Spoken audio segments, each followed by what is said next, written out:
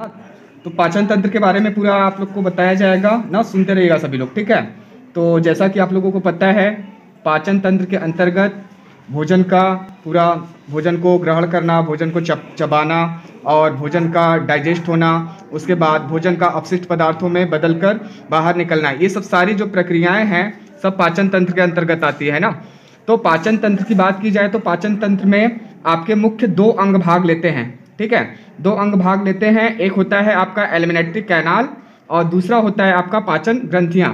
Alimentary canal जिसको आहार नाल बोलते हैं, दूसरा आपका क्या होता है पाचन ग्रंथियां। आहार नाल जो होता है ये आपका लगभग 8 से 10 मीटर क्या होता है, लंबा होता है ना, नली जैसी संरचना होती है जो अलग अलग जगहों पे अलग अलग नामों से जानी जाती है और अलग अलग भागों में बटी होती है। जैसे आहार नाल का जो पहला भाग होता है वो मुख होता है, जिसको बकल कैविटी मुख गुहा बोलते हैं भी है, और उसका सबसे लास्ट भाग जो होता है वो होता है एनस, जो रेक्टम के नीचे होता है। तो ये आपके क्या होते हैं, पूरे मुख, मुख गुहा, ग्रास नली, ग्रसनी, अमाशय, छोटी आंत, बड़ी आंत, ये सब आहार नाल के भाग हैं।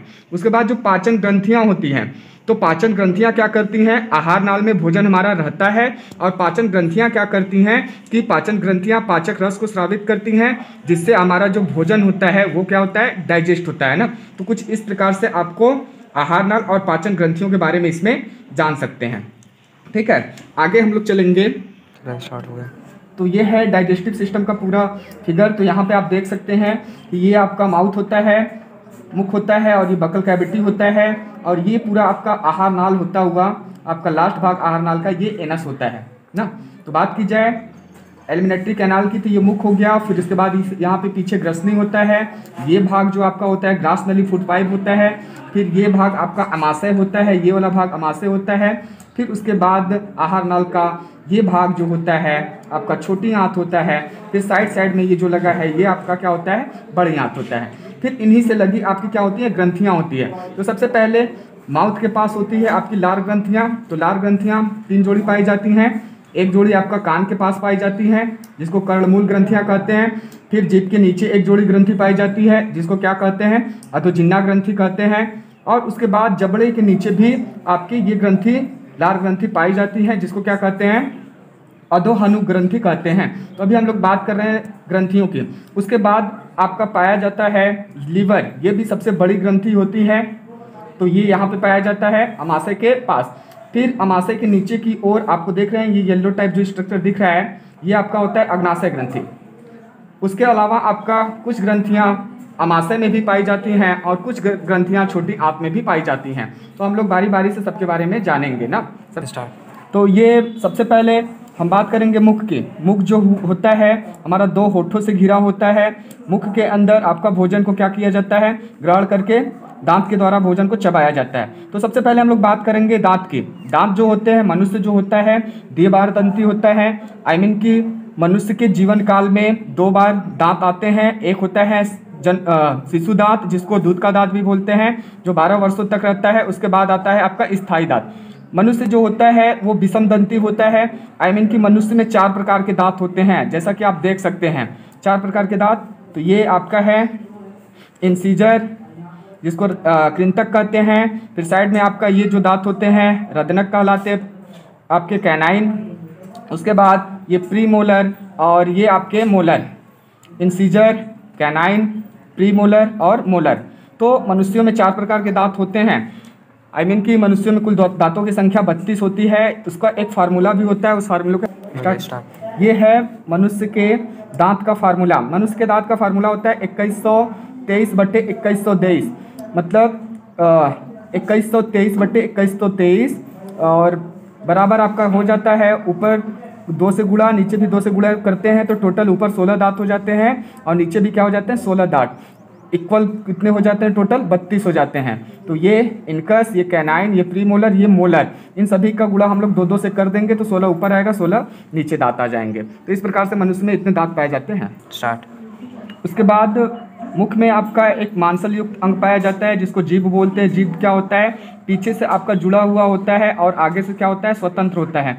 जीभ जो होता है भोजन को आसानी से इधर उधर चारों तरफ घुमाता है, और जीभ में विशेष प्रकार की आपके स्वाद कलिकाएं पाई जाती हैं। वैसे तो जीभ में 10,000 प्रकार की स्वाद कलिकाएं पाई जाती हैं, लेकिन मुख्य कितनी होती हैं? 4। तो जीभ का जो आगे का हिस्सा होता है, जीभ का जो छोर होता है आगे का, वहाँ पे मीठे स्वाद की कलिकाएं पाई जाती हैं। ठीक उसके साइड जो भाग होता है वहाँ पे नमकीन स्वाद कलिकाएं पाई जाती हैं, और उसके बाद उसके ठीक पीछे की ओर ये खट्टे स्वाद की कलिकाएं पाई जाती हैं, और सबसे पीछे थोड़ा सा यहाँ पे आपके कड़वा स्वाद की कलिकाएं पाई जाती हैं। इस प्रकार से 4 प्रकार की स्वाद कलिकाएं जीभ में पाई जाती हैं। ठीक है, उसके बाद जीभ जो होता है भोजन को आसानी से चारों तरफ घुमाता है। अब आप लोग बात करेंगे जीभ के पीछे एक आप स्ट्रक्चर ये देख सकते हैं, ये जो लटका हुआ सा स्ट्रक्चर रहता है, मुंह खोलेंगे तो ऊपर, इसको काग या अलवा बोलते हैं। ये स्ट्रक्चर जो होता है काग या अलवा कहलाता है। और इसके ठीक दोनों साइड की ओर जो आपका भाग होता है, साइड की ओर अलवा के भाग, तो वहाँ पे आपका क्या टांसिल कहलाता है, टांसिल। उसके बाद हम लोग बात करेंगे ग्रसनी की।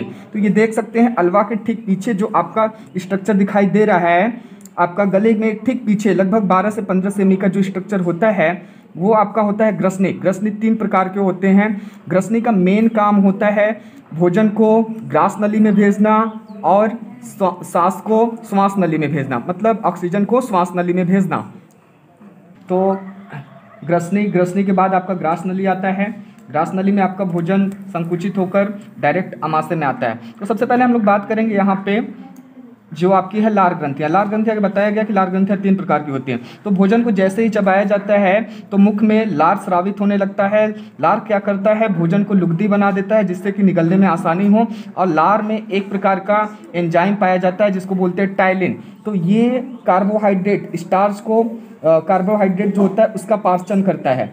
तो यहाँ से भोजन हमारा लुगदी बन के आसानी से ग्रास नली के द्वारा होता हुआ आमाशय में पहुँचता है। तो यहाँ पे हम लोग बात करेंगे आमाशय की।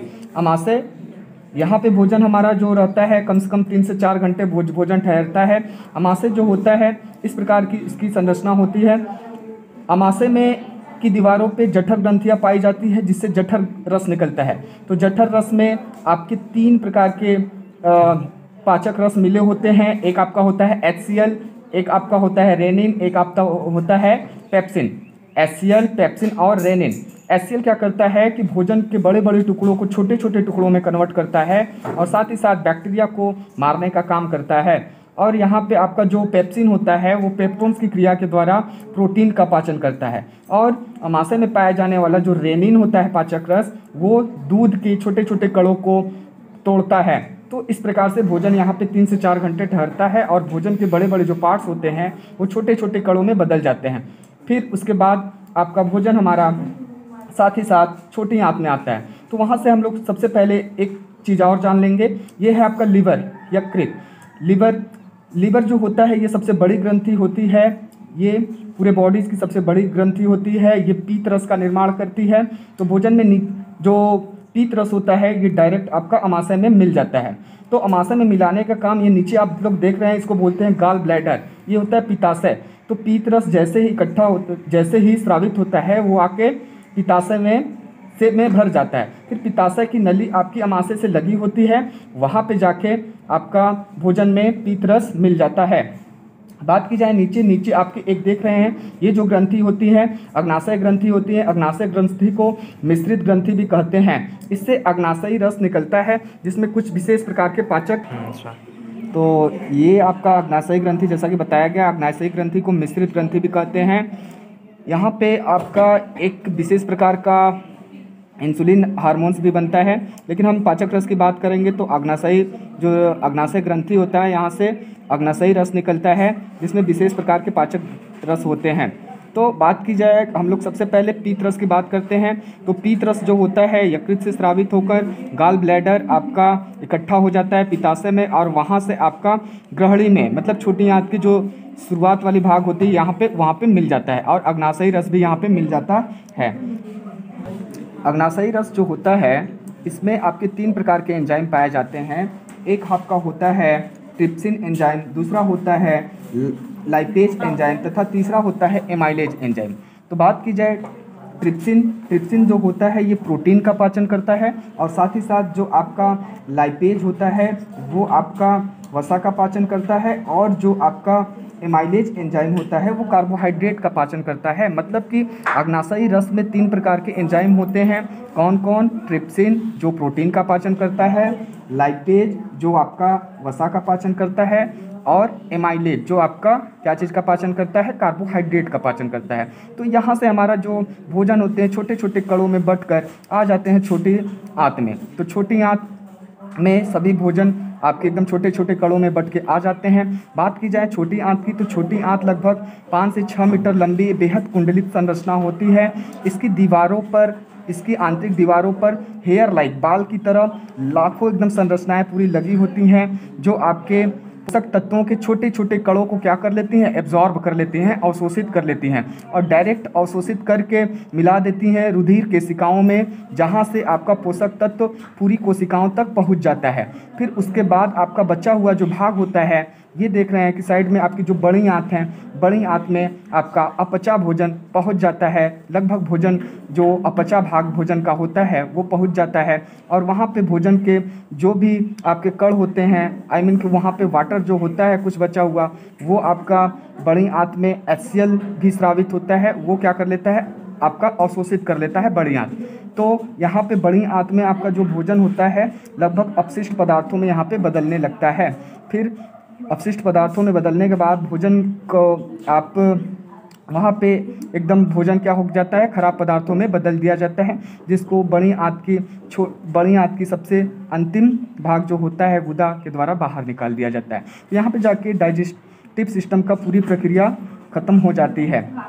तो एक बार फिर से बता दिया जाए, माउथ के द्वारा भोजन आपका पहुँचता है ग्रास नली में, ग्रास नली से होता हुआ आपका पहुंचता है अमाशय में। अमाशय में जब आता है तो यहाँ से आपका जठर रस निकलता है, जिसमें आपके कुछ और रस उसके कुछ भाग होते हैं। फिर यहाँ से यकृत होता है, यकृत से आपका पीत रस निकलता है, पीत रस आपका गाल ब्लैडर में इकट्ठा होता है, और वहाँ से आपका पीत रस वहाँ से स्रावित होकर मिल जाता है आपका ग्रहणी में। फिर अग्नाशयी ग्रंथि होता है, वो अग्नाशयी रस लेके ग्रहणी में मिला देता है।